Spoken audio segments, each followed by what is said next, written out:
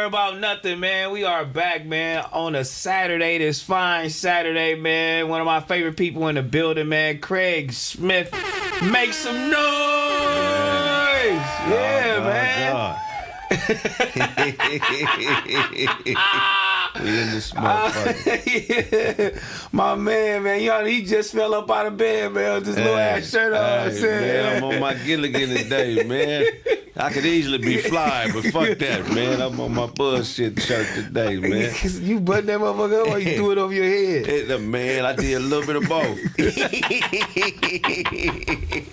A little bit of both. I had to wear the orange. I done had nothing orange. I'm like, I gotta put the orange on to show, pay homage to the homies, man. You know what I'm saying? Yeah, man. Yeah, you know, I fuck with y'all, man. Shout out to TF. That's my nigga. That's my favorite rapper, man. TF, huh? Yeah, that's my nigga right there. Love and respect. My boy said, man, my boy coming. I'm like, damn, he coming, bro. I'm like, you can come fuck with me. He was like, man, fuck, I gotta go shoot too. I was like, damn, you do gotta shoot, man. Fuck, I forgot all about that. I was like, shit, you say you come at 5 today, nigga, and this is a rap, nigga. Whenever you need me. If you ain't got no podcast, you're not doing it right, man. Shout out to TF for getting it, getting the show going. Nah, he got his shit going though, man. And he be traveling, doing his shit, all big independent. He be, he inspired me though a lot. Oh yeah, because he do it a lot himself though. He do it a lot himself. He do it a lot himself, homie. Man, extremely smart dude, man, for real. Yeah, man, but we in the chat, man. You feel me? He seeing y'all. He like, hold on, this shit live. But y'all in this motherfucker. He looking at y'all on the screen. you know that them chat room goals be crazy, man. The funniest niggas in the world is in the chat, man. Shout out to y'all, man. Oh, so we gonna get them niggas a trophy? Oh man, I mean, shit. I done read some shit in the chat I couldn't believe, nigga. I done been uncooked everything, uncooked chicken. That nigga look like uncooked chicken. That nigga look like, bro, my nose. Oh, they be killing my nose, man. Oh, you don't know who the homie King is? He got a bigger nose than me. You look like his daddy. Okay. Now I gotta see King. Now I gotta see King. Yeah. Loves that nigga King, homie. He look like this nigga daddy, homie. Show me King, man. Oh my God. Damn, shit. Look at that nigga, man. That's your son, nigga. Yeah, that nigga shit wide. That nigga nose and his dimples. That nigga got. Shout out to King, man. Yeah, shit. That nigga shit, man. That's for sure. That's for sure. Your son over there, homie. I didn't notice that. I was like, hold on. Somebody told me that in the chat. He like, that nigga look like King. I was like, that nigga do look like King, bruh. Shout out to King, man. Look at that's the younger you, nigga. And we out here, man. Respect, man. Love and respect to you, boy. Yeah.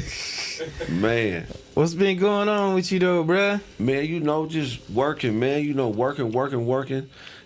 Dropping new projects. A lot of people don't know, before I became a comedian, I was a rapper. You know what I'm saying? Chill Withers. That's what I still go by Chill Withers, just on the rap tip. So I still be dropping an album. I'm about to drop my 9th album called Chill Withers, The Disrespect. And then I'm also dropping a stand-up album this year called If I Owe You Something, Get It From God. Get it from God. Yeah, hell yeah, all day. Chill Withers. Bring up Chill Withers right now. Yeah, homie. Bring up Chill Withers. Let me see what Chill Withers is doing, bro. Yeah, shit, I got a song. Go to the first Chill Withers, man. I did a song with Mike and Keys called Motion. Yeah. Well, how'd you come up with the name Chill Withers? So I'm gonna tell you, man, my whole life where I grew up, they call me Pac-Man. Yeah. Which is like a family pet name I had since a baby. But when the quarantine happened, I watched a documentary on Bill Withers, and I'm like, damn, me and this nigga got a lot of parallels. You know what I'm saying? And I really kind of connected with this documentary. So I was like, man, I want to do something to pay homage to dude. So I just changed my name from Pac-Man to Chill Withers, man. And dude was a hell of a motherfucker, dog. He was an airplane mechanic. Mm-hmm. And he had a record deal while he was still working at Boeing. And he refused to quit his job because he didn't want to depend on nobody else to pay his bills. He said it made him feel like a bitch. So while he was on the radio going platinum, he was still waking up and going to work every morning. At Boeing? At Boeing. The nigga didn't quit his job until he got that first big check for real. That nigga wanted the benefits. that union, nigga. He probably was the president of the union. That nigga was trying to get that medical coverage, nigga. I know what the fuck you talking about. But I can relate to that, man. Growing up in the era we grew up in, I grew up in the gang culture, but I never became a gang member. I was always the nigga in the hood that, you know, that niggas respected because I had a little bit of squabbles, but I was always my own man. I was an athlete. So I could respect that blue collar shit, you feel me? Because, you know, it just struck a chord with me, man. Just, you know, a nigga that could just be himself and do shit despite what everybody else is doing. He made his own decisions. So I really fuck with that, and I changed my name to honor Bill, you know. They didn't fuck with you because you was light skinned? Of course. That's why I could roast and bag a little bit, you know. When we was babies, elementary school, we was all fighting because that's the age where you choose up on where you're going to be from. And, you know, niggas is pressing each other, but, you know what I'm saying, I never crossed that boundary. Though I hung out, and a lot of niggas would say, you know, no, you live over there, you got to be, I'm not from nowhere. No, you affiliated by association? I mean, I'm from where Big Hit and them is from. Okay. You know what I'm saying? That's where I grew up. But nah, I don't gang bang at all, man. I love everybody. I don't give a fuck if you're a Crip, Blood, whatever you are, man. As long as you're a respectable nigga, I'll fuck with you. Hey, go answer the door, man. Somebody at my door, man. Who the fuck at my door right now, bruh? But that's crazy. Yeah, Big Hit in them. Oh, okay. Yeah. Shout out to them, man. Oh, yeah. So you should have wore a red shirt. Oh, no. Oh, man, I'm fucking with you today. I'm transforming today. You do fuck with Boo, man. Boo can call you because he a fool. Yeah, Boo is the most naturally funny nigga on the planet. Oh, man. He done gave me some of the greatest laughs of my life, man. Shout out to Boo Capone, the legend, man. For real. You asked me, you got that nigga on here yet? I said, oh, yeah. I'll fuck with you, though, Boo. We gonna see, because you be drinking beers, though, nigga. I don't. Yeah, Boo get down, man. But he a wealth of knowledge, too, man. If you ever pick his brain just on West Coast history, the amount of shit he been around and seen is incredible. I done seen Boo call Shaq Big Dookie. What's up, Big Dookie? Shaq said, what did you say? Excuse me, what did you say? I said, what's up, Big Dookie? And that nigga just, he just a fool, man. I love him for it. Oh, my God. Homie, Big Dookie is crazy, bruh. Not Shaq, though. Yeah, man, the Big Dookie. Not Shaq, though. Hold on, man. We got Chill Withers. Chill Withers. This from the first Chill Withers. This is Motion. This is me, Mike, Hold on, nigga, Keys. hold on. Is you independent? I'm independent, yeah. Oh, yeah. You gonna whitelist this too, nigga. So my channel won't get flagged. Yeah, for Let's sure. see what you got going on, man. We're gonna hear a couple seconds of what my boy got going on, man. Matter of fact, send me the link right now. I whitelisted while I'm sitting right here. Yeah. Yeah. Go do email it? Yeah, email it to me or text, whatever you want to do.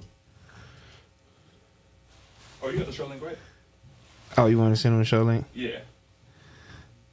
Don't worry about nothing, homie. You see how that's going? Because I got to call 15 people. He going to do it right here in front of me. Man, real Don't deal. worry about nothing, man. Shout out to everybody in here, too, man. Shout out to everybody in the chat, everybody watching right now, man. Make sure y'all like the video, man. You feel me? Make sure y'all like the video.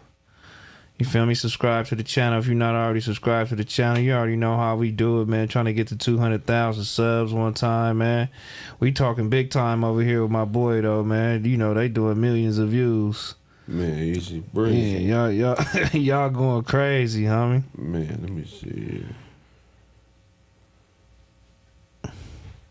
All right, there we go. You feel me? Yeah, but we in this motherfucker, man. Let's see what my boy Chill got, man. Let's see what my boy Chill got. This shit better not be trash. Oh, man. I mean, we gonna judge you, chat. We finna judge you right now. Man, we finna see what's going on, man. This motherfucker We gonna get my boy a rating right now, bro. Let's see.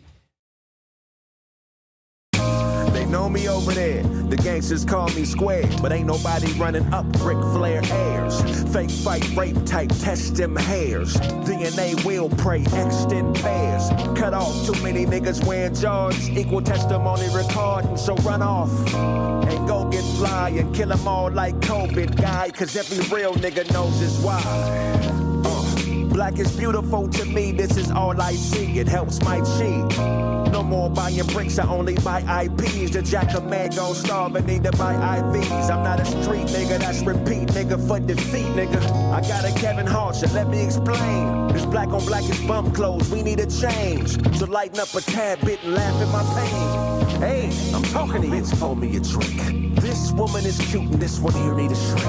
I see it all coming, so I know when to blink. Take a bump with this white girl, so you know what to think. Or get slapped with a loose glove and then hang up a mink. I'm not a pimp, I'm a prophet. Since life is a bitch, I tell that hoe when to stop. You know shit well if I owe you something, you can get it from God.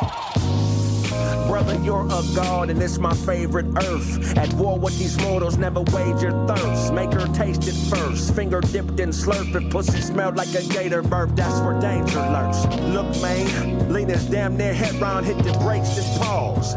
You are not a tough guy. Those withdrawals cause nausea to body aches, closing walls. Pistols pop for addiction, exposed to cause. Throwaway shooter, you'll be dead in a week and I'll be in Bermuda. Coded calls, easy puller, leave if not constructive.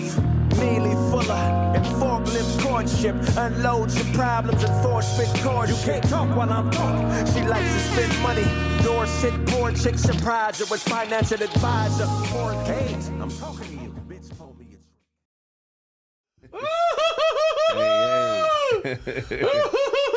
Man. Hold on. Hell yeah. You really are. Oh, man, thank you, man. Hey. Yeah, we in here, man. I gotta look at you different now. I thought you was the funny light-skinned nigga, the big nigga, man, with the little shirt on. That's funny to the motherfucker, yeah. Oh, shit. Yeah, man, purchase that Chill Withers, man. So Yeah. hell yeah, man. I was doing that before comedy. You know what I'm saying? I just started being a stand-up comedian till like 2009. I had a show. I'm gonna tell you how I started doing comedy. I had a show. Nigga, I purchased hella flyers, printed hella tickets, promoted for like a couple weeks. I really didn't understand promotion at this point though, right? Yeah. So the venue held like 1,000 motherfuckers. I had like 12 people at the show. And I was frustrated, so instead of doing my music, I just got tipsy and just bagged on niggas in the audience for an hour. And that's how I kind of got into stand-up. That's crazy. Hell yeah. So I got here off of failure, nigga. Just failed. Instead of going to the pen like most of my homies, I just kept failing at the arts. So every time I failed at something, it would push me to do something different. And then I would develop that skill. You know what I'm saying? So everything I'm doing now is the result of failing in the music industry at first. You know what I mean? Yeah. And it took damn near 2 decades, but now I'm here where I'm paying my bills off this shit. I got 2 different fan bases, one with music, one with stand-up. You know what I'm saying? So, I'm blessed to be here for real. How'd you get it with the all deaf digital thing though? How'd that come about? So I was on stage telling jokes, and some people who work for All Deaf was in there, and I was just lighting the whole room up, just clowning like a motherfucker. And then they asked me to come do it, and then I just went up there. Teddy Ray told me to come. Rest in peace to Teddy Ray. My niggas, love you, miss you. And pretty much the rest is just history. All them comedians you see on there, we be outside of comedy clubs just roasting after the club. Comedians don't even really go to comedy clubs for the show. We be outside just killing each other all night. You feel what I'm saying?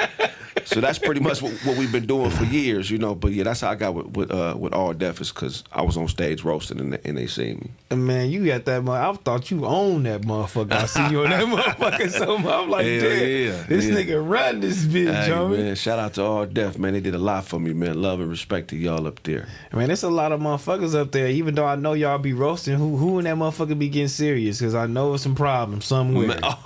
It's some problems somewhere.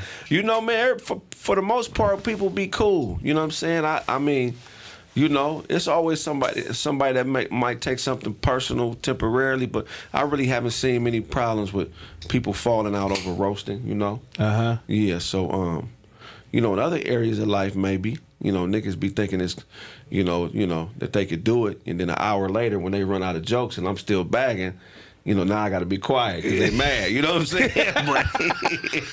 No, but All Deaf is a cool environment, man. Yeah, because that usually be me. That'd be me. Hey, my nigga, you still going, my nigga? Like, bruh, nah, nigga, it ain't finished. You already was talking about my mama. It's over with. Straight up. Yeah, they said I was supposed to come to that roast me shit on one day. They was like, T-Rell, why you didn't go? I'm like, fuck them niggas. I ain't going to that shit. Hey, Duno and AD came and did their thing. Yeah, they did, man. Shout out to Duno, man. He doing this thing too.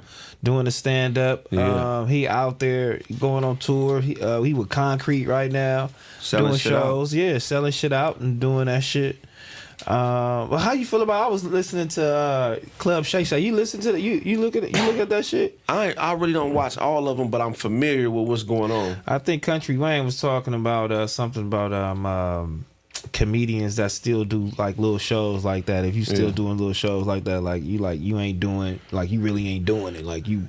He don't know what he talking about. Yeah, basically. He don't know what he talking basically, about. Like you ain't the nigga. Yeah, you know what I'm saying? He don't know what he talking about. Shout out to Country Rain. I'm a fan. I love what you do. But you know, everybody has a unique path and shit, right? Like our path is super unique. Mm-hmm. You know what I'm saying? Like as far as like we basically are making ourselves legends. You know what I'm saying? The people that came before us, you know, them niggas had to go through a system and be chose. But we not really doing that. So Country Wayne is the benefactor of making himself a legend. So he really don't understand the process and how meticulous the art of stand-up in the business is, because he hasn't really engulfed himself in it. He already has a fan base that loves him. He's doing dope-ass work. Shout out to that nigga for real. It's no hate, no shade, but he can't really speak on comedy politics because he's not integrated into the community, because he built himself from the outside of it. You feel what I'm saying?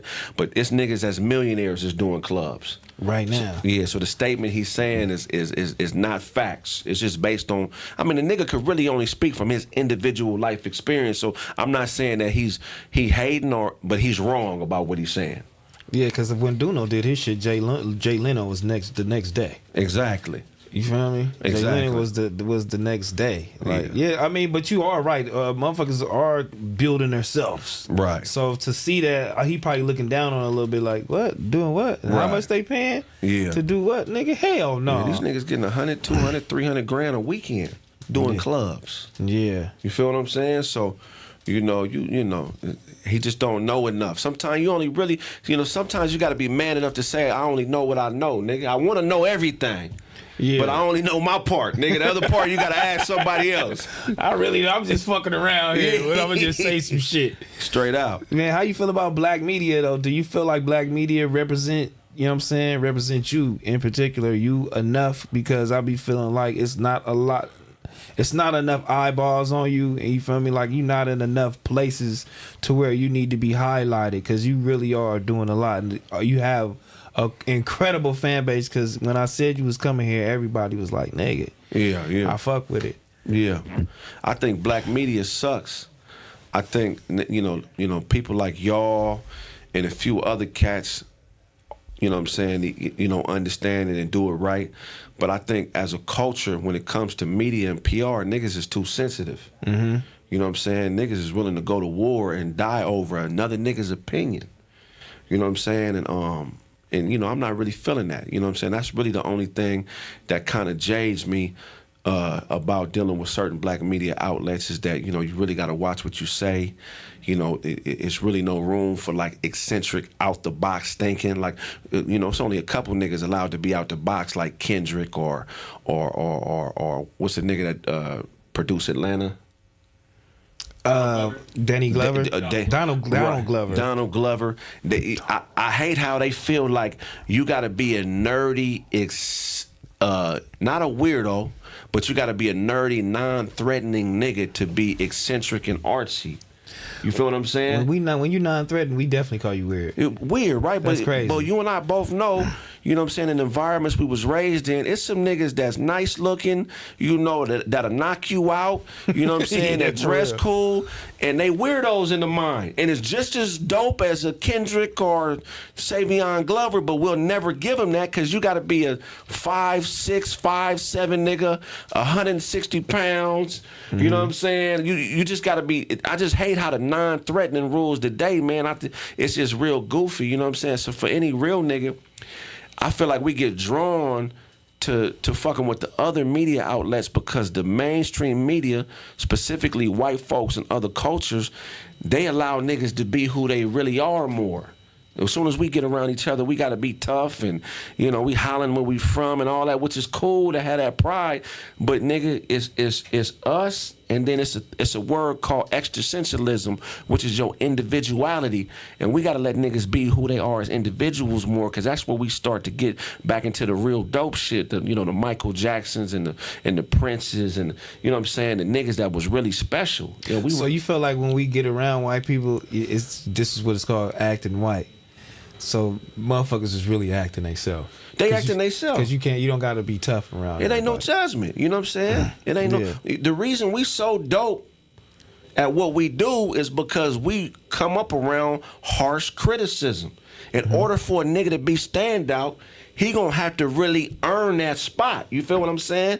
But but as you keep growing as an artist, you know, the tough shit and the shit that got us there, that grinded the diamond, you know, that shit is no longer really needed. You know what I'm saying? Now it's really about, you know what I'm saying, shining that diamond and making sure it sparkles and surrounding it, you know, with the right shit so it's really as fly as it needs to be. You know what I'm saying? We tend to make niggas tuck back into a shell and just be something that they should have outgrown 20, 30 years ago. You know what I'm saying? So that's what we got to do as line pressers. We got to make it more comfortable for more Kendricks and more Savion Glovers to bubble, man. Is that nigga name, Savion Glover? Am I saying the right nigga? No. It's a whole other nigga. Savion. It's a nigga in Arkansas. Like, oh, that's me, Savion. Nah, I'm not. I'm talking about Atlanta. You feel me? But one of the first niggas I seen that with is TF. Yeah. TF is special, my nigga, because he's a nigga that take MCing. He's to me, he reminds me like Trady is the first real gangster nigga where I was like, oh, this nigga's a hip hop head on the low. You feel what I'm saying? Yeah. So, and that's what I feel about TF. TF is a special nigga. His rhyme patterns, his word play, his ability to paint pictures. But we can't expect all artists to be as bold and as, you know what I'm saying, with they chest out like TF. TF the type of nigga, he gonna do it wherever. He don't give a fuck. But it's, you know, everybody don't have that luxury. You feel what I'm saying? But you also got to know yourself. Right. And a lot of people, it's hard to find yourself. Right. Especially with our community. Man. I said that shit a long time ago. I'm like, man, these white motherfuckers, they know they self. Man. We talking, we clowning. They got thong, house shoes on. They love showing their feet. They always got on shorts. Straight up. You know what I'm saying? Like, do you think they give a fuck about what we think? Man. No, nigga, they don't got all the shit on. I'm like, these niggas have found themselves already, bruh. That's real. They don't give a shit about what's going on out here. But yeah, I mean, motherfuckers is sensitive out here. You right, man. You are right, man. And black media, I can say something right now, man. And a nigga want to see me in the street. It's gonna go, man. Like, goddamn, what's going on? I can't have an opinion, man. And then the niggas squabble. They can't even squabble. I mean, I ain't gonna say no name, but I'm watching niggas online fighting. They need to be sitting the fuck down. Why are you calling fades and you ain't got no hands, nigga? You know what I'm talking about. We see it every day. These niggas out here fighting like elderly Irishmen and shit. Nigga, if you don't... That nigga was out there like this, I said, what's that nigga doing? Nigga, 10 feet. Give me 10 feet, that nigga using his knuckle GPS. Nigga, if you don't sit your ass down, nigga, and send a little homie out there... For real. Send the little homie out here. You know what I'm saying? Come on, my nigga, send the little homie, please. God damn, man. Hey, you know what I was talking to my nigga about the other day? You know what it changed the hood and gangbanging? What would make it like a good thing? I mean, it's already a good thing in its essence because it's community. Yeah. You know what I'm saying? It's just, you know, some other things twisted it. If to be from a hood, you had to have life insurance. That means every time a nigga get popped, it's money coming in. Oh, then they gonna get us. Nigga, look. That's a white collar crime. Nigga, it's a white... Hey, but to be from Barstow Bangouts, nigga, you got to have $1 million policy on your life, nigga. Hey, bro, you got $1 million policy before we put you on, bro? Yeah, I need to speak to your insurance agent, nigga. Let me make sure your shit paid up. You know what I'm saying? If niggas is like that, nigga, Man. what? It'd be 3 niggas from a hood. Nigga, Hell what? yeah, it'll change everything, though, man. At least it'll be a money play, not a bullshit play. Man, I see you into your hip hop shit, man. I mean, you into your hip hop shit. What's your GOAT? You know what I'm saying? Your list. What's your GOAT list? Your top 5? Man, to me that's a tough one, man. It all depends on like what we talking about. I like to compartmentalize and shit. So if we going like on some hip hop shit, I'm gonna say MF Doom. I'm gonna say Razcast. I'm gonna say E40. I'm gonna say Sugar Free, and then I may, Nas, somebody like that. You know what I'm saying? If we going on just like some gangster shit, like pure just niggas, niggas on just pure gangster, I'm gonna go Trey D. I'm gonna go Nas again.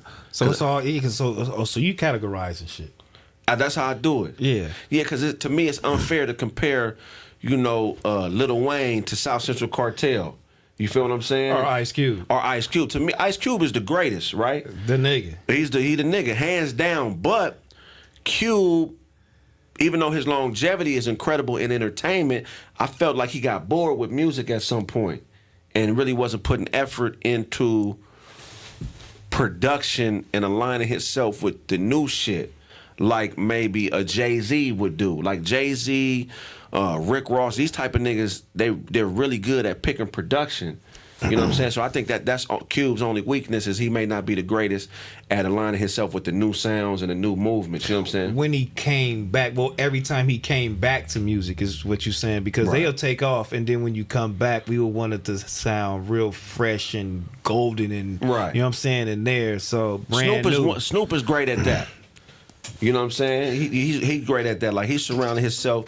We know all the niggas he fuck with. You know what I'm saying? But he keeps a hot 15, 20 young producers hungry around him to keep his sound relevant. I would want it. I would want Q to do that, but I think also Q probably was just like the music business in general was just like, man, this is some bullshit. I'm out of here. I agree. So maybe we had to look and listen. You know what I'm saying? Take some notes from that. Probably like, brother, it ain't no money over there. I'm gonna just stay with my classics. I'm gonna just perform straight out. Yeah. No, I agree 100%. I mean, the shit he's done in movies and some of the business moves.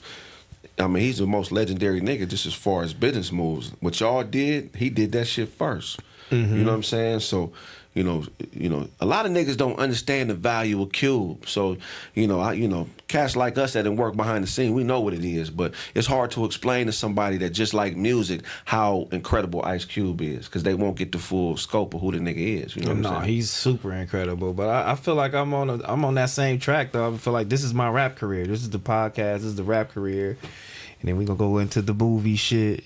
You know what I mean? Man. Like, and we gonna try to stay like relevant, and I'm gonna try to stay as big as I can, like with that shit, because he is the muse though. I ain't gonna lie, man, bro. I ain't gonna lie. I wonder why they call you bitch. See, what's hilarious about Cube? Like, a lot of Pac's influences Ice Cube. He took a few Cube songs and remade them and made them his. And a lot of people didn't know that, you know what I'm saying? But a lot of Pac's influences Cube. And Pac could tell you that Cube was his favorite rapper, you know what I'm saying? So Cube is your favorite rapper's favorite rapper, man, hands down, man. You got him on the show yet? He tried to tell you. Yeah. Nah, I ain't got him on the show. Can you get him? Nah, I wish I could. You just saying anything. I wish I could, for real, man. I want to get Snoop here too, fucking while we talking about it. Let's speak this nigga into thing. You know what I'm saying? Okay, you're comedian. I mean, your goal list for comedians. Okay, so that's a little different, but I would say there's so many. I would say number one would be, man, that's a tough one, man. I mean, I would say Richard Pryor would be number one, just based on the vulnerability. Then I got Patrice O'Neal, Bill Burr, Corey Holcomb, Ron White.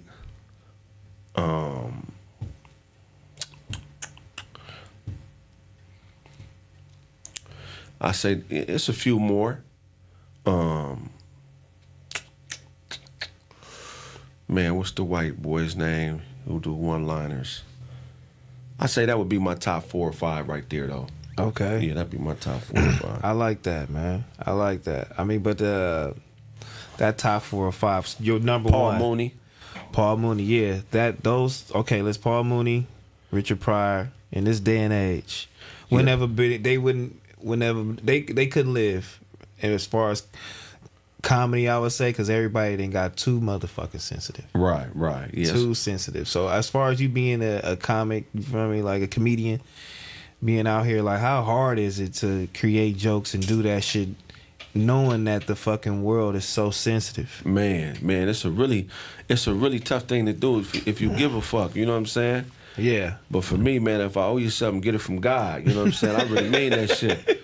So yeah, man, for me, it's always the bigger picture with me. So, you know, I always ground myself in things that are bigger than me. So if I'm talking about a topic, I'm trying to find the moments in that topic when to get it from God, whether it's something I'm going through where somebody's expecting too much from me, or I'm expecting too much from them, or the situation is expecting too much from us. That's what the get it from God is. So I'm looking for those moments in everyday life experiences. So if somebody not tapped in and being honest with themselves on what I'm talking about, who I am and what I represent, then they just going down that hill by themselves. You feel what I'm saying? Because I'm never trying to pick on nobody or disrespect nobody. But if a situation has a bigger moral to it, I'm going to talk about it. Whether it's my life, whether it's something in the media, I'm going to talk about it. And it's never personal, man. It's always business. You know what I'm saying? So, you know, I'll never limit myself to that, man. You know, people going to be able to look back years later, you know what I'm saying, at my work and be like, okay, yeah, that nigga was really on some shit. So that's really what I focus on, legacy. Man, I really don't give a fuck about what niggas think when it comes to the art of what I'm doing. It's kind of like when Dave Chappelle fell into that thing with the gay community, right. LGBTQ or whatever the case may be, and they was on his ass. Yeah. And it was like, damn, what did he say? That nigga ain't gonna let nobody fuck, but we gonna blackball him. You either fucking or you getting blackballed. That's it's damn near right. They should have. They trying to fuck a nigga out here. Goddamn. Hell yeah. They was on that nigga ass. Hey, literally. They was on that nigga ass. You can't say nothing. It's like you can't say nothing about this community. He just said I don't like you niggas. Man, that's all he said. Man, and he got a right to say it. Yeah. You know, I mean, at the end of the day, man, it's like, you know, at first with the LGBTQ community, shout out to the gay folks, love and respect y'all. You know, but the agenda has changed so many times. You know, I'll take the Black Lives Matter movement, for example, right? You know, that's a LGBTQ agenda. Mm-hmm. You know what I'm saying? My cousin got killed by the Pasadena police 3 years ago. He was getting out the back of his. He was in a car. Police pulled him over. He had a warrant. He didn't have no shoes on. He had some shorts on with no belt. When he got out, because he had a warrant, as soon as the police looked the other way, he started running. But when he was running, he had no belt on, so he had to hold up his pants. His shorts, and he didn't have no shoes on, so he running in the street with socks. They shot that nigga in the back 3 times. And when they got to him, they knelt on his back. He bled out and put him in cuffs. So he died face down with cuffs on. You feel me?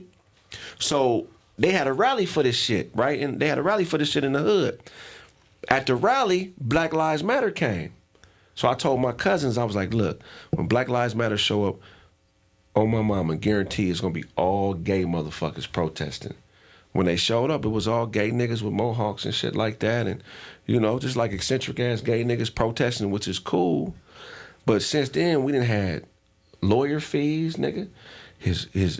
We done had back to school shopping happen 2-3 different times. You know, all type of shit that his kids would need help with. You feel what I'm saying?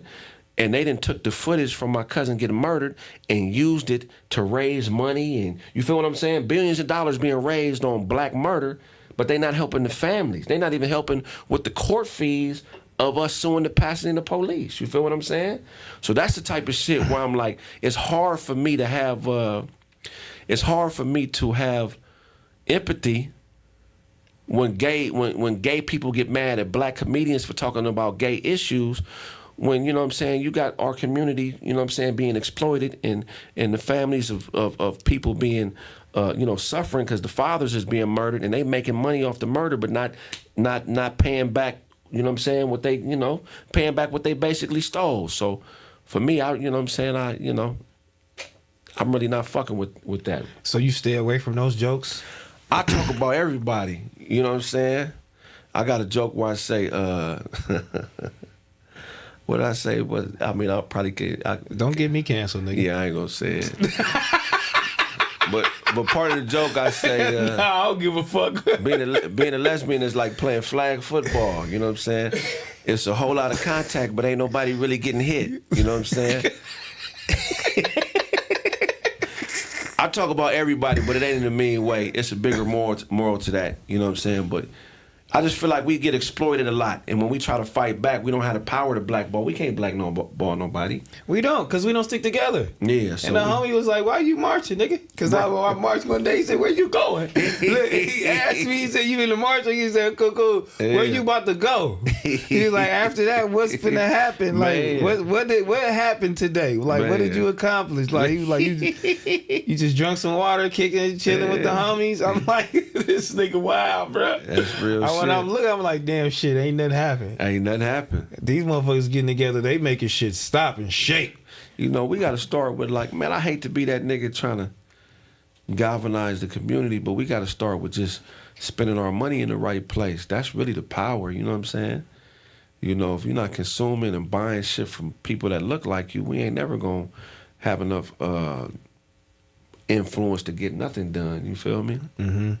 That's what they saying, the black dollar. We got to stick together, do it up, invest in each other. You know what I'm saying? Yeah, I feel it, man. I feel it.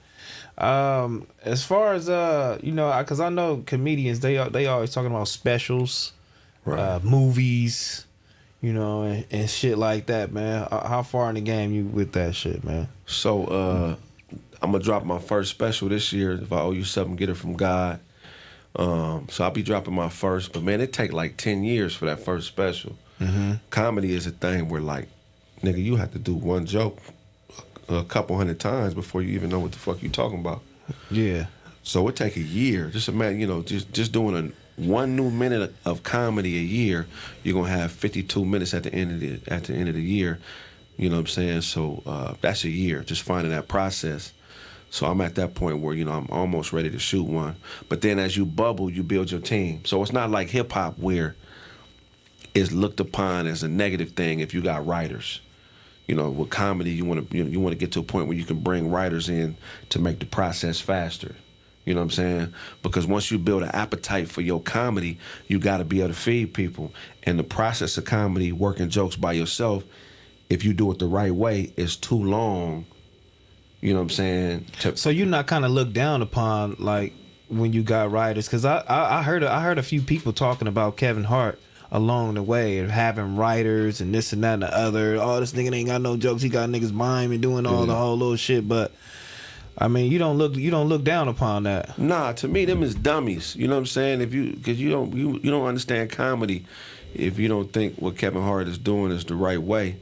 You know, to be a mogul, man, you got to be able to be in many places at the same time. And the only way you can do that is with a team, you know what I'm saying? Yeah. And so a lot of times, you know, since comedy is life, you can only really see shit from your perspective, but you limit your audience to niggas who think like you if you were your own writer. But if you get other motherfuckers around you from other walks of life, they can give you another perspective to make you more relatable. You feel what I'm saying? Mm-hmm. So it's more about, you know, being a comedian is more like, it's more like a nigga writing movie scripts than it is somebody that's, you know, spitting a rhyme. You know what I'm saying? It's a more complete way to do entertainment. You know what I'm saying? Because you're not limited unless you limit yourself. Unless you you limit yourself, yeah. Unless you limit yourself. But special is coming though. Yeah, hell yeah, this year, man. I'm gonna shoot it within the next couple months, and I don't know where I'm gonna drop it, but I'm gonna shoot it and have that bitch ready to be sold or something soon, man. Yeah, they were just measuring they, you know, on the Club Shay Shay shit because he had a lot of comedians on there, and I was just looking at all of them. Me personally, I was like, damn, I would never thought to have everybody come on like that. So he took kind of a different angle, but they measure success with the specials, because that's what Kevin Hart was saying. Nigga, I got this special and I got this special. Yeah. I've been in this movie. I got this many movies and I'm doing this. And they kind of all was doing that shit. Like, and I was like, oh, that's how they kind of measure their success doing that shit. Yeah. Yeah, I mean, that's one way to look at it, because that's the part of the game they winning in. Mm-hmm. You know, because it ain't no middle class in comedy, as far as like, You got them niggas that's really rich, and then you got some poor niggas, mostly poor motherfuckers, and then you got a couple people that's kind of maintaining, you know what I'm saying? So, I mean, it's easy for him to stand on that. I get why he is. But really, it's really about how dope the special is and how dope the material is. So even if you got 12 specials, but you ain't on shit, you not as dope as a nigga that got 3, but they fire. You feel what I'm saying? They going crazy. Yeah, so... You know, the measuring stick is still the art. It ain't just because some niggas, they got so much paper, nigga, they just put some money together and they got, you know, it take them a month to do what it'll take another nigga 5 years to do. So, yeah, I mean, Kevin Hart is one of the greats, but it's more than special, though. I mean, we talking about the art, too. I was listening to Marlon Wayans doing, I think Big Boy asked him about wearing a dress. And he was one of the ones, you know, a lot of people fight against that, like the Cat Williams and, you know, bigger comedians, bigger actors, and just in general. But he was like, nigga, who gives a fuck? Like, you know what I'm saying? It's the art. Nobody's saying that when Robin Williams was out here and he was Mr. Doubtfire. Right, you know right. You niggas was spinning around looking at that shit laughing. But, you know what I'm saying? How you feel about that shit? You ever put on a dress or if they offer you the chili? No, I ain't finna put on no dress, but I don't look at it. I don't look down on somebody who does. And the reason why is because you have certain people that are actors, man. And acting is about losing yourself in a character, you know what I'm saying? So if you make a choice as a man to put on a dress and you feel like that's something that needs to be done, I respect the move. I wouldn't make the move, though. That ain't really my lane. But I'm not going to think you gay or homosexual or none of that, even though it would probably, you know, I mean, cross my mind. But no, I don't think that everybody's homosexual that puts on a dress to do a film. For my brand, it ain't necessary, you know what I'm saying? But, you know, Marlon Wayans is a little goofier than me as far as like, you know Marlon Wayans comedy, real slapstick, so I get it. And then he come from the sketch world with a living color, you know what I'm saying? So I get it. I don't look down on him for it, but, you know, his comedy ain't really standing on nothing. As far as like, you got some comedians that are principle driven, so, you know, the whole point of their comedy is to prove a point. I feel like Marlon is just funny, but he not really trying to prove a point on stage. So him being that type of comedian, you know, I would expect those type of things. So I don't look down on him for it. You know what I'm saying? I just wouldn't do it. My nigga Kraig, I got 20 million. Yeah. This dress over here is Hawaiian. It look just like this shirt, nigga. Yeah. It's a little longer than your knee. Yeah. Go put that motherfucker on right now. Hey, yes or no? Wild. Hey, man, that's a... Yes or no? Man, that's a no, man, but look. This nigga lying like a motherfucker. But look, if you give me the 20, I'm going to get a clone made called Kraig 2. That nigga, he can suck dick. He can get fucked by niggas. He can put dresses on. He look just like me, but it ain't me, nigga. It's a clone. You can have that nigga. I'm giving Kraig 2 to the game. Oh, no. I didn't want my clone getting fucked. Yeah, my clone, man. Hell no. Kraig 2 is for sale. You know what I'm saying? It's a nigga out there that look just like you, look just like me, that's gay as a motherfucker. Where's he at? If you look like me and you like niggas... Inbox me. I'll pay you $20 an hour to make me a star. No OT though, no overtime, nigga. But oh no! Hell no! Oh yeah, shit! That's wild. Yeah, Paul, get this nigga off the screen, man. I had to kill this nigga 6, man. Yeah. God damn. That nigga said get in a clone, nigga. I mean, no, if I can have a clone to do all the gay shit that you got to do to make it, I mean, go and do it. But I'm not finna do it, man. Do you really got to do gay shit to make it? Is that really true though? I ain't got to the level where I had to even, you know what I'm saying? I don't experience know. No shit like that. I mean, I probably wouldn't walk into that room, nigga. I mean, but what if you walked into the room and one of them niggas was your homies? I'm walking out, man. I'm leaving, my nigga. Hey, let me tell you something. I'll crack a joke to make it ha-ha, but if I got to give up my ass, I'm never telling jokes again, nigga. I'll drive a bus, nigga, before I give my ass up, nigga. Yeah, that shit wild. Giving your ass up is wild, That dog. shit is crazy, nigga. Giving your ass up is hilarious, dog. That's not it, dog. But I'm saying we need to start an agency if we gotta find gay niggas that look like niggas that want to make it, bro. And give and then you gonna give a nigga a percentage or what? Send Kraig to the Puffy house, man. Go and get go and get dog walked over there by Mr. Combs, nigga. You think Puff did that shit though? I don't know. I mean, I crack jokes about it. Puff Daddy has done some legendary shit, man. So I'm not gonna speak on him. I don't know if he raped no niggas and went in no. Here's the thing. This is how I look at it. As a straight man, you being a straight man, if you a nigga and you know for sure somebody's gay, like without a shadow of a doubt, nigga, how do you know? You was there? Yeah. You watched the nigga fucking? Like, how do you know it? You know what I'm saying? So I can't speak on that because I didn't see it. That's kind of like Tyler Perry. Right. We don't know if he gay. We don't know. Niggas just saying shit. That's what I'm saying. And you already know, being in your position, that once you start bubbling a little bit, niggas start making shit up, bro. Mm-hmm. They start trying to twist you up. They start trying to politic and make it seem like you did them wrong and you owe them and you promised them and you turned your back on the hood. And you know what I'm saying? Niggas start just making shit up.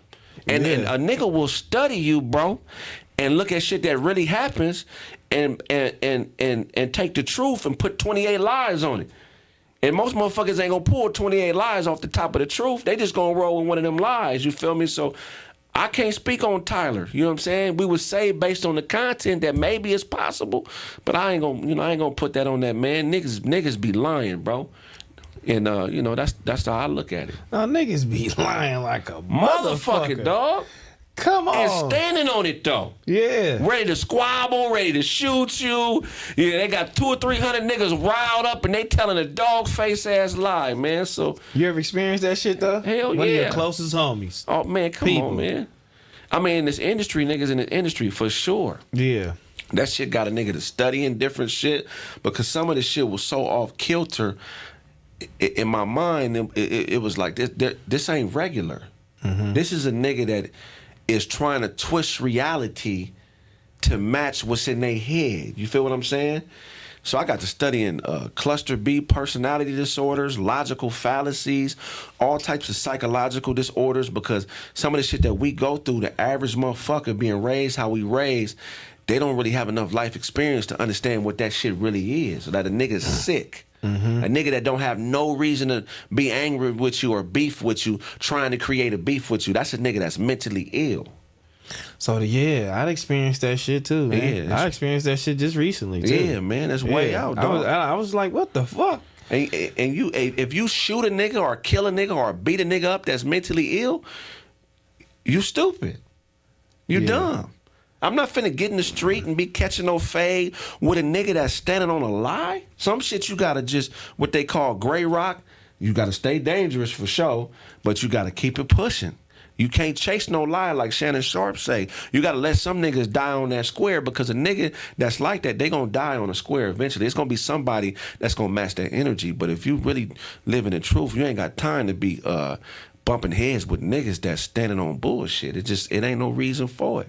Yeah, I got in, one of my homies, like, I got into it this nigga or whatever the case may be. And he told me, he was like, bruh, I'm scared of that nigga. He was like, it's because like you said, he was like, bruh, he's standing on that shit. Like, look at this shit. Man. Like, he was like, you better stay far the fuck away from that shit. Because you feel me? Yeah. It's either or. Man. You know what I'm saying? Or it's either or. Yeah. You got to get the fuck up out of there. And it's hard to do though, man, because, we was raised on a bullshit mentality. You know what I'm saying? It's this thing called logical fallacies, which deals with reasoning. And our reasoning, you know what I'm saying, as a community is fucked off. You know what I'm saying? There's a lot of bandwagon shit going on. Niggas doing shit because other niggas is doing it. And it's just hard to deprogram yourself from that. You really can't deprogram yourself from it until you have something to lose. And then you understand why something is illogical.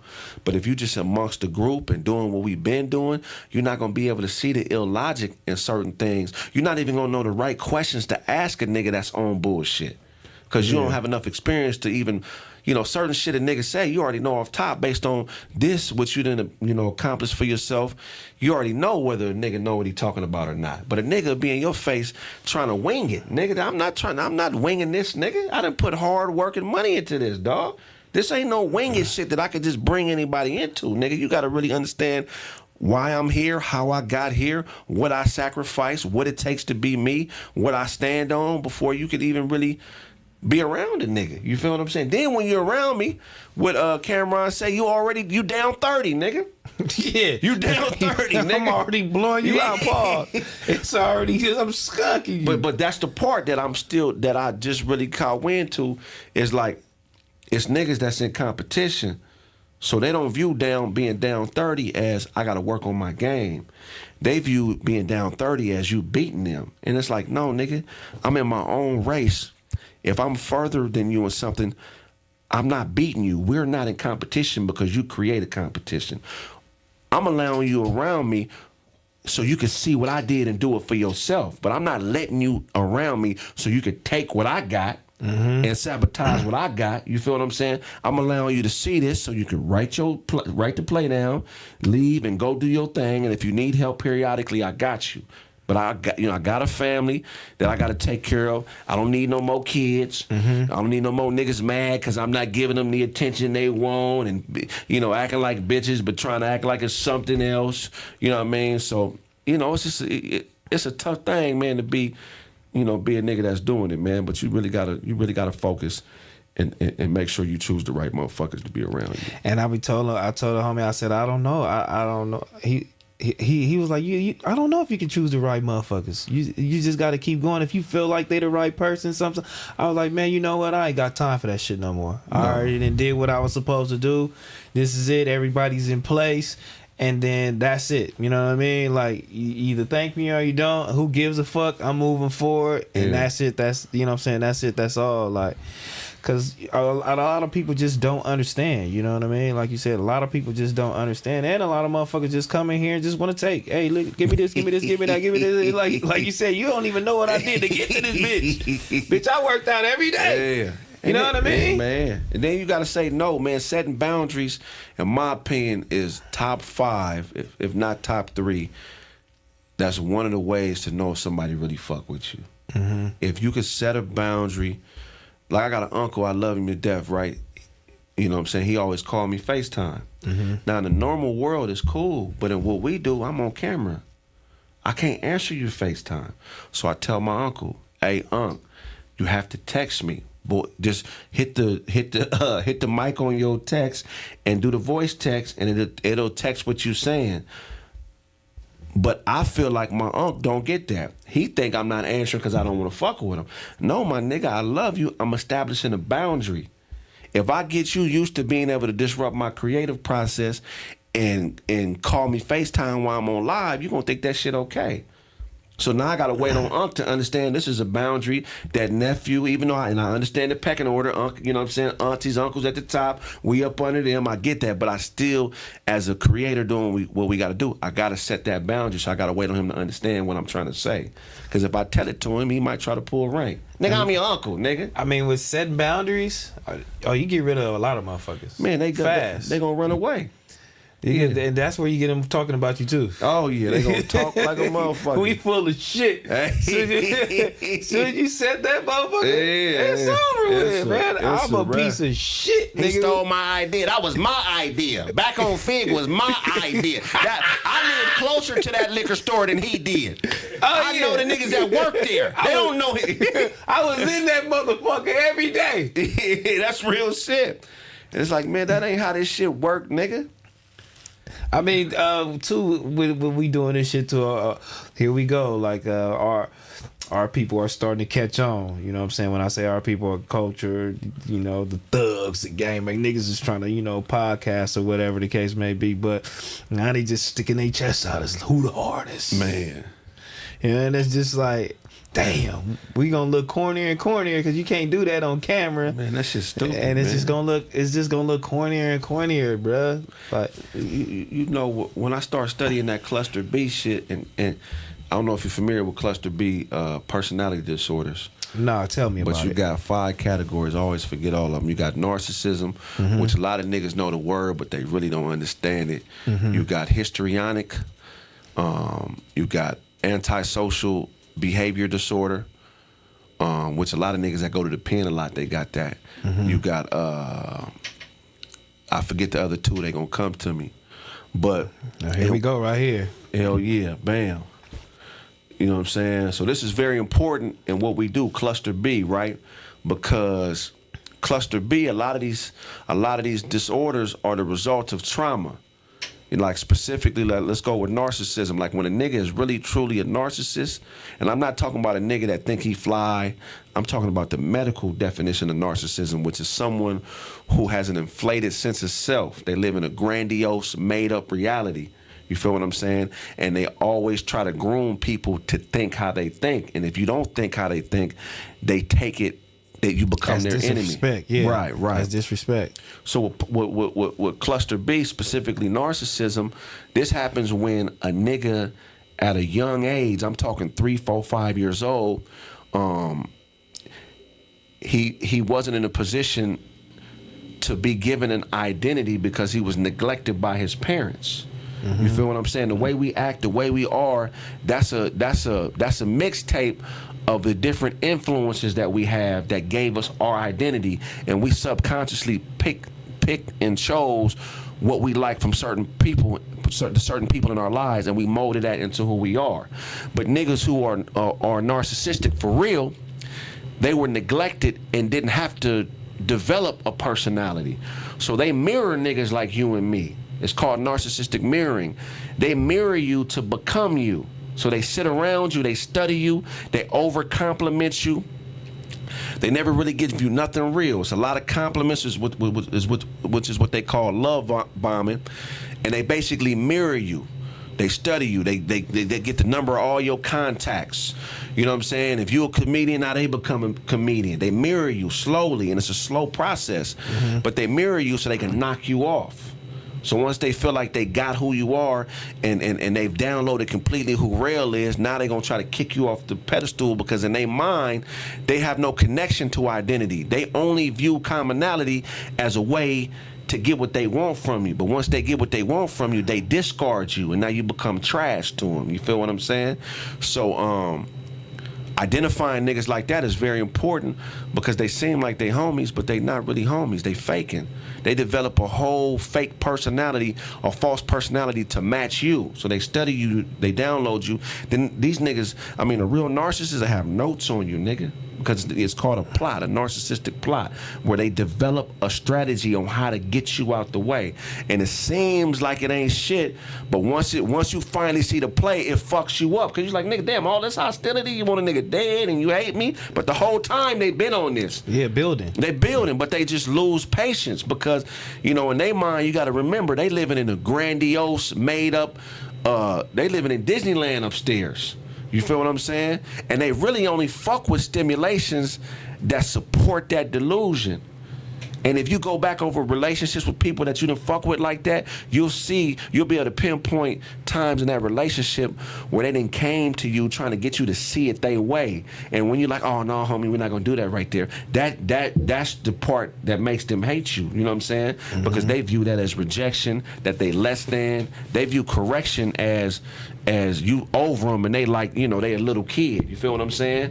And so them type of people, man, you really got to get studied on this shit because, you know, this shit is real, man, and you ain't got time to be fucking with niggas like this because these are type of niggas that, man, they not normal. That's crazy that you sitting right here and you telling me this just from narcissism, and I'm thinking of who's got file cabinets built on me of different things, you know what I mean?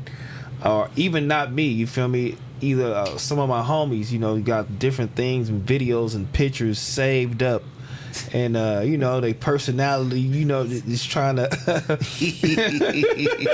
That's some real shit, though. Like you trying to mimic, you trying to do what you know you really can't because you know you're special or whatever the case may be. Still with the same with me, and I'm just thinking, I'm like, damn.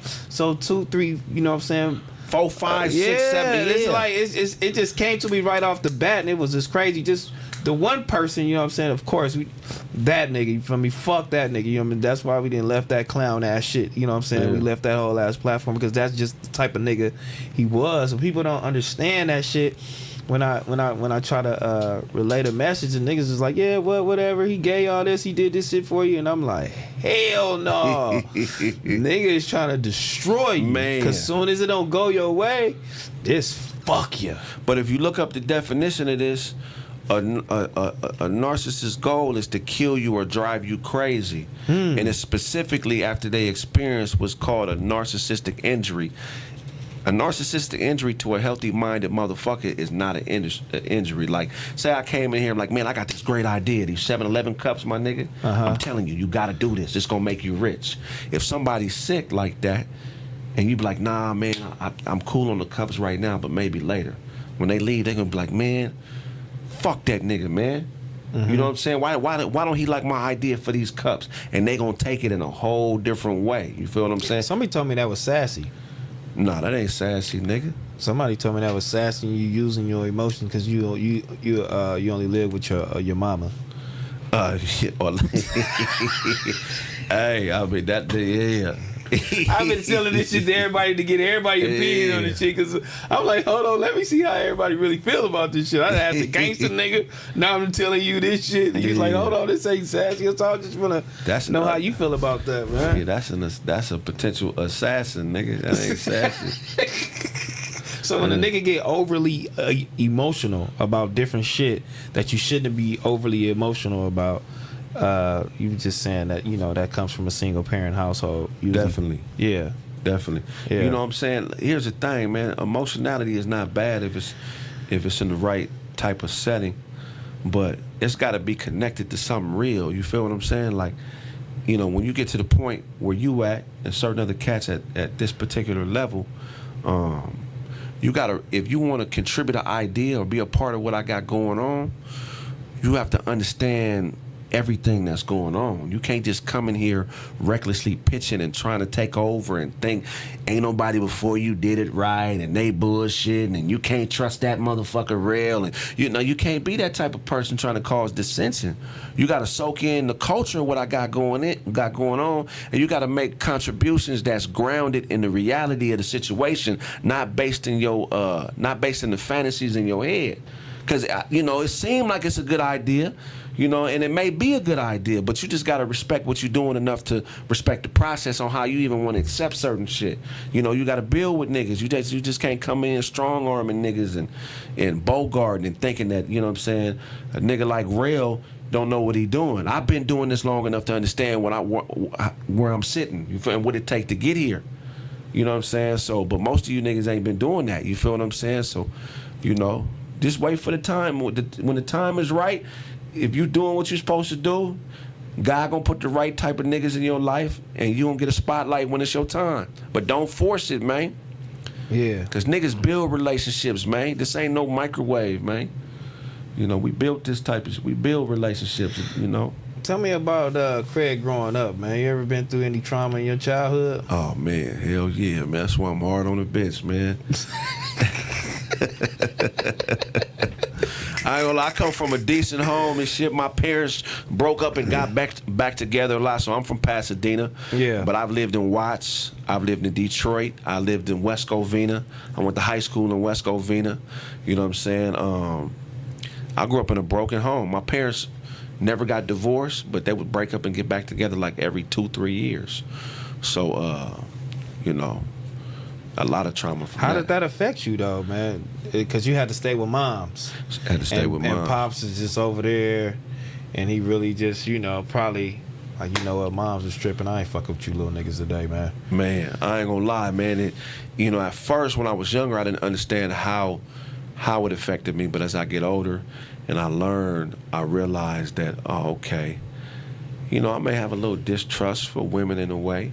You know, I wouldn't think it's a negative thing, but, you know, Pops was a blue-collar nigga, you know what I'm saying? He worked for Seal Beach Navy Base.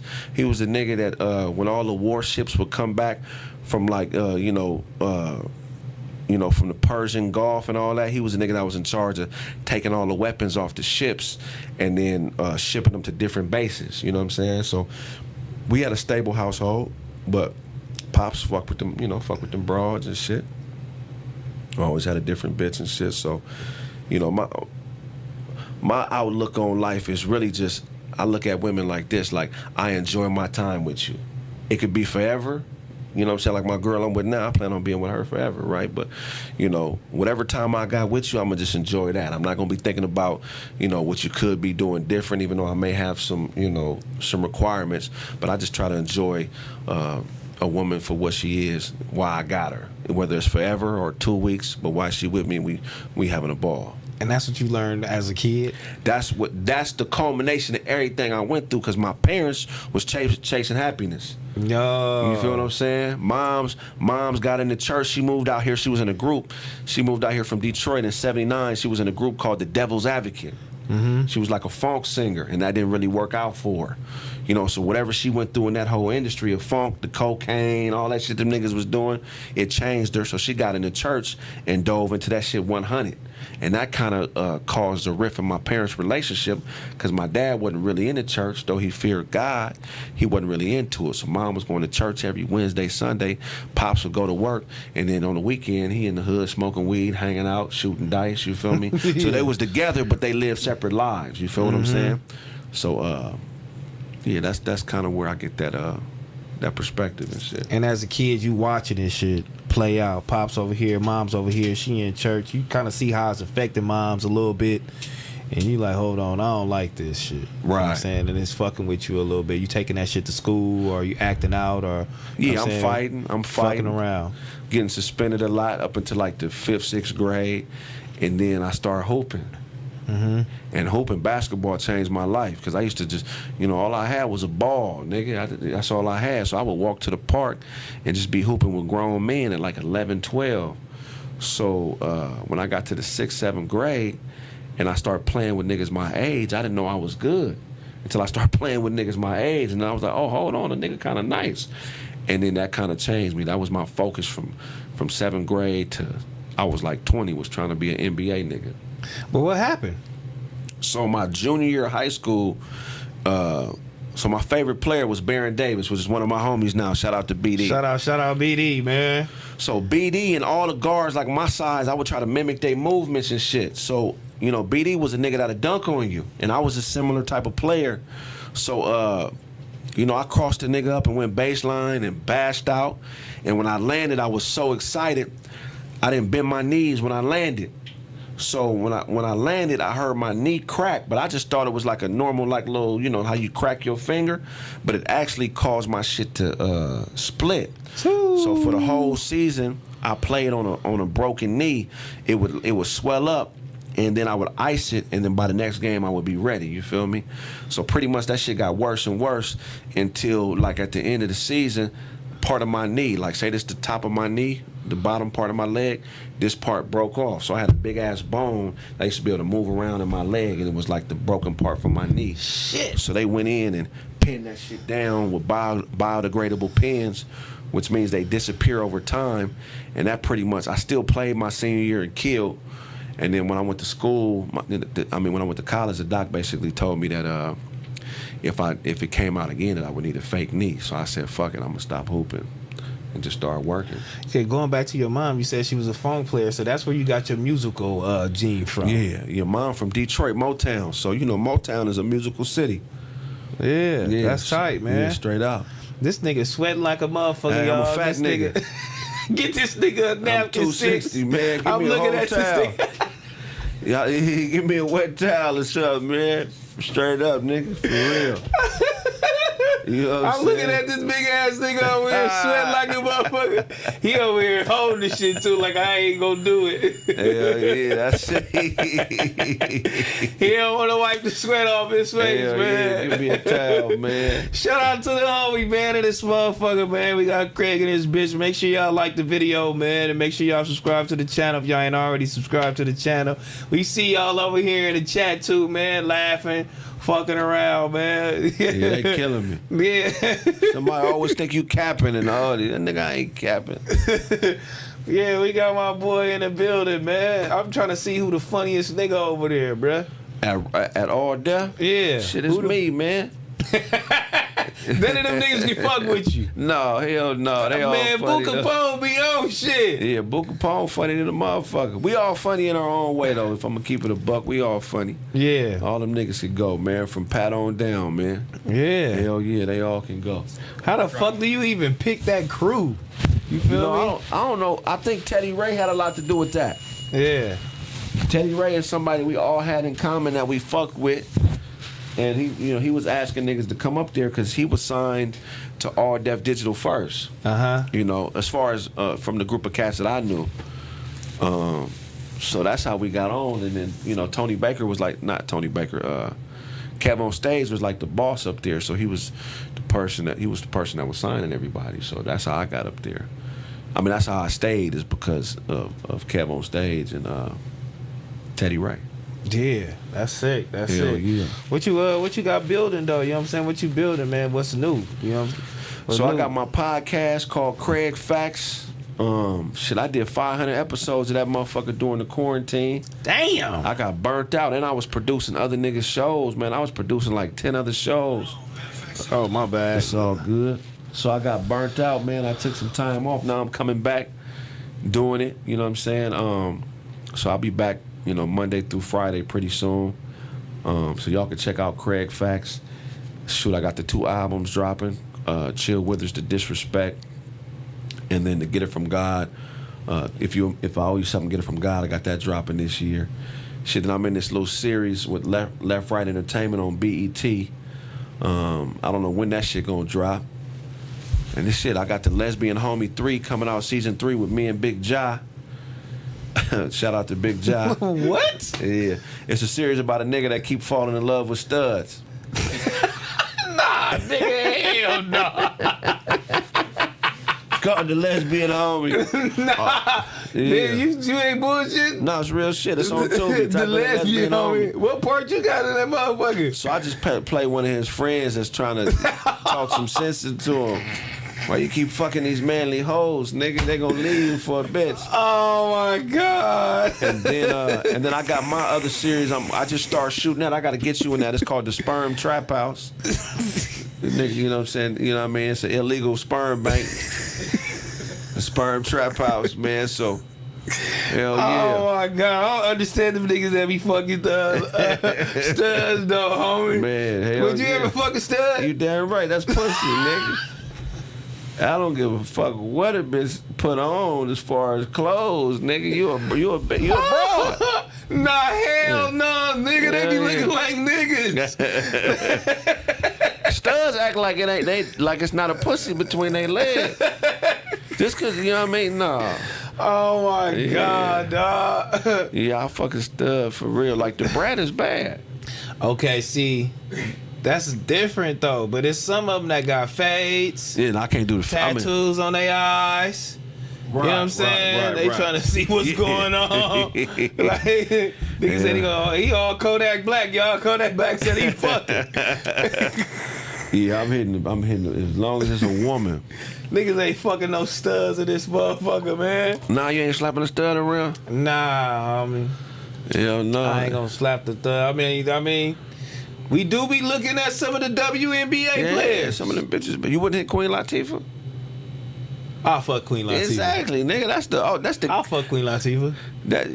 I'll fuck Queen Latifah, her man. pussy, her younger age. Only difference between a stud and a regular bitch is a stud's pussy gets hard.